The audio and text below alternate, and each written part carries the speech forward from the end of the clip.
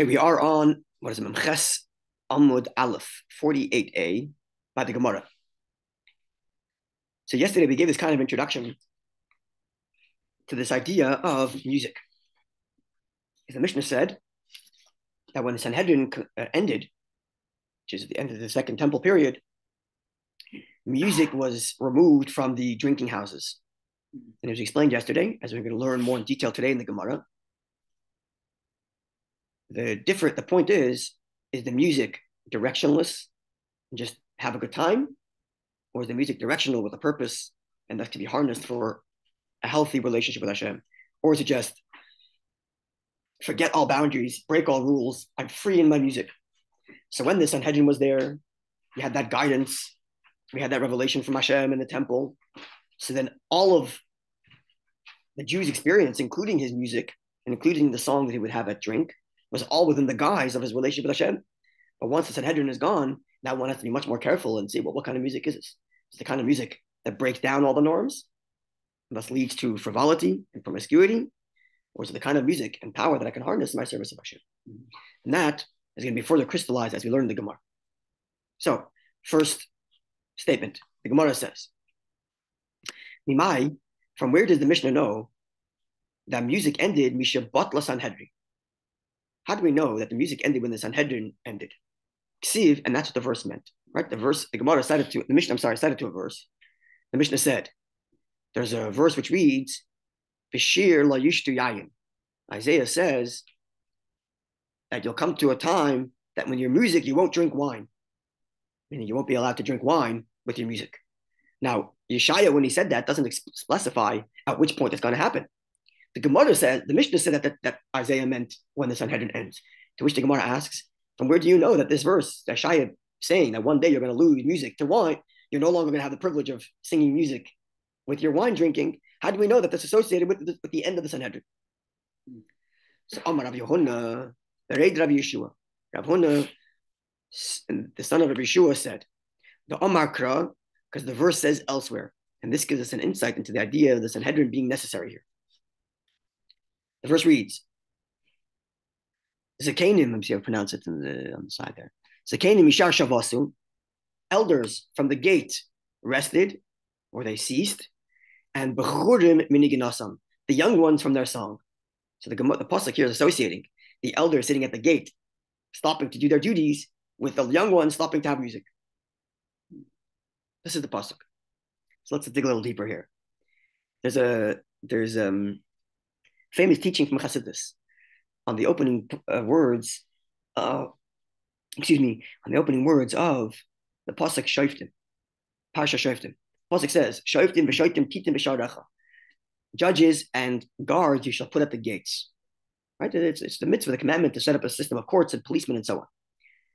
Chassidus, the famous Chassidic teaching, which is as follows. On a personal level, a person has gates. Gates are the portal through which things leave and through which things enter. And a human has such gates. His eyes, his mouth, and his ears. And says the pasuk, Shoftim v'shoitrim, put judges and policemen at your gates. What's going into my ears? What's going into my eyes? What's coming out of my mouth? And what's going into my mouth? And judge, is it appropriate? Is it not appropriate? And if it's not appropriate, get the policeman there to stop it on an internal personal level. And here we have a similar thing. Zakanim mishar shavasu. The elders stop from the gate. The filter which says this is healthy, this is unhealthy, at the gate of the ears, what should come in, what should not come in. If they're gone, then the young ones can't have music. Because there's no longer the filter to say this is correct and this is incorrect. Right? So there's literally the Sanhedrin that serve as like that filter for the totality of the people. And then there's internally, is my elder, wiser sage inside of me saying, being a judge at the gate of my ears? And if not, then the youthfulness in me that wants to hear music will end up directionless. But if there's a filter at the gate, then the young one, internally, my young heart that wants to enjoy music, can enjoy the music because it's being directed by the elders who are at the gate.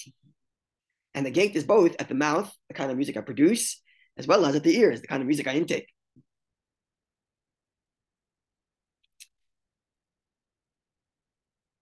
Gemara continues now with a number of such comments before the Gemara gets to talking about when music is allowed, the Gemara first talks about the potential dangers of music if it lacks those elders, if it lacks that filter. As follows. Amar Rav says, there's a lot of Aramaic here, so I'm going to hope to get it all correct. Udna, an ear, the Shama Zimra, that listens to music, Tiyakar, ought to be uprooted. Ought to be uprooted. It's a misappropriation of the desire for music.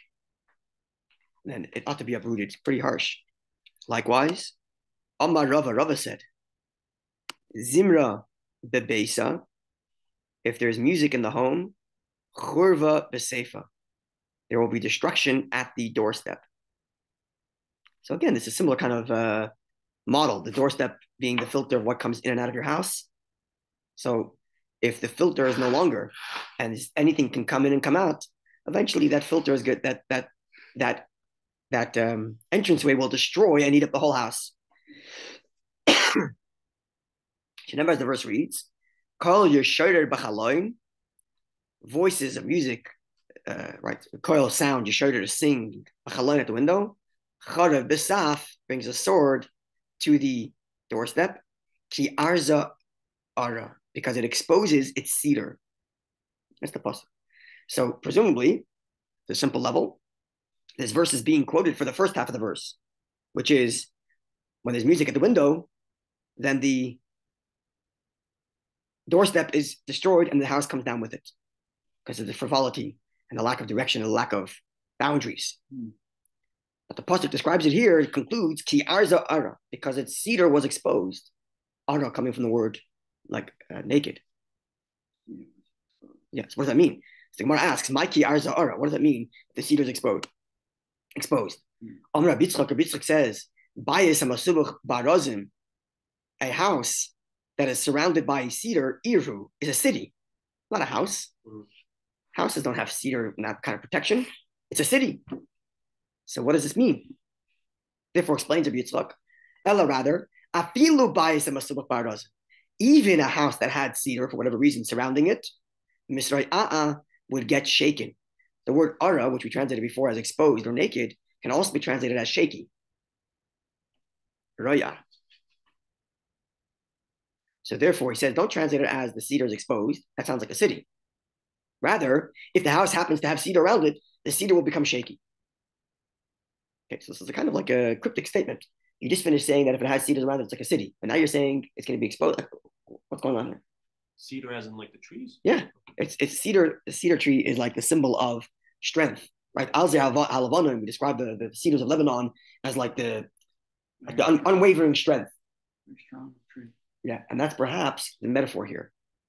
Even if you have boundaries around your home, and it's you have boundaries, you know what's right and what's wrong, you got cedar trees there. It's the strongest thing.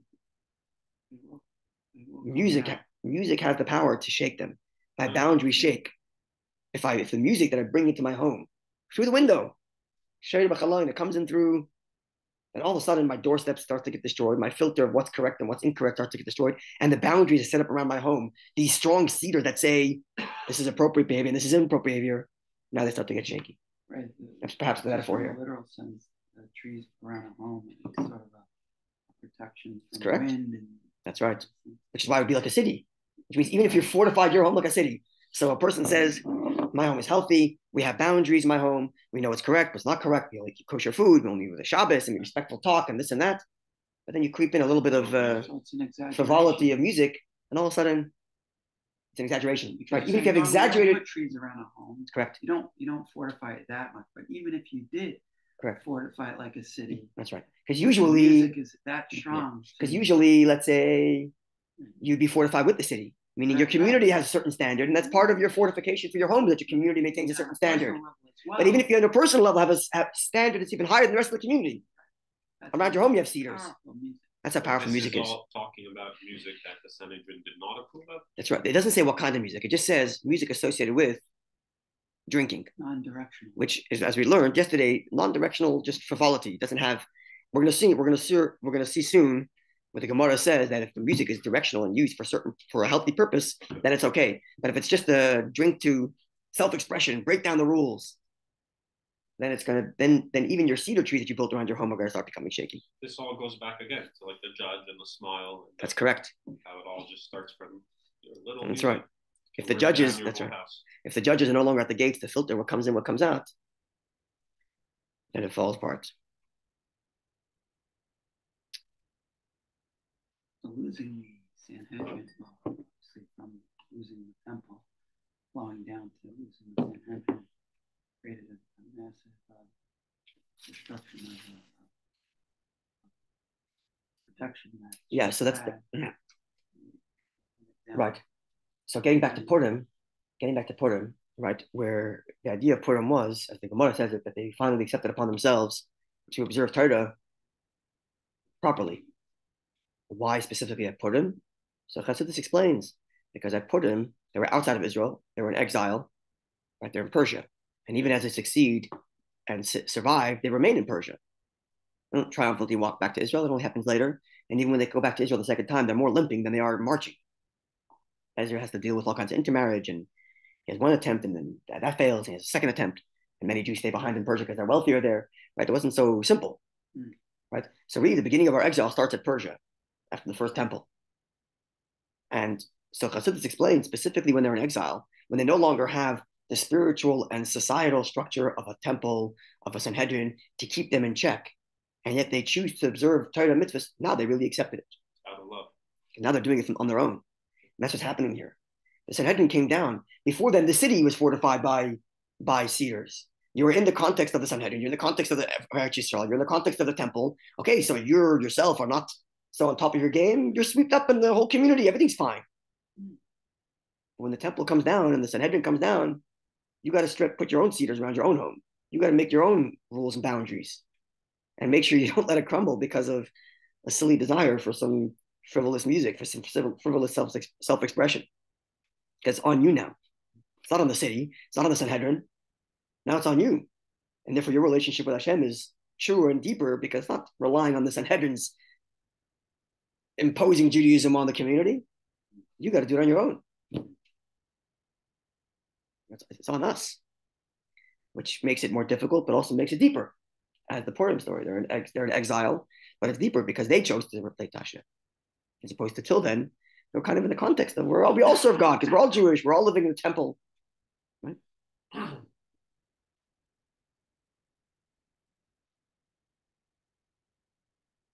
Okay, we'll stop over here. The Gemara tomorrow is going to discuss again more further on this subject of the destruction of the home and how that happens. And then the Gemara is going to give us some direction about because till now the Gemara is speaking in the negative of music, that if you just let it in, it's going to crumble the whole home. Afterwards, the Gemara is going to give us some of the ways in which we can make music directional. That will come in the Gemara as well tomorrow. Have a wonderful day, Yidden. Open and reveal miracles for all, God willing. Amen.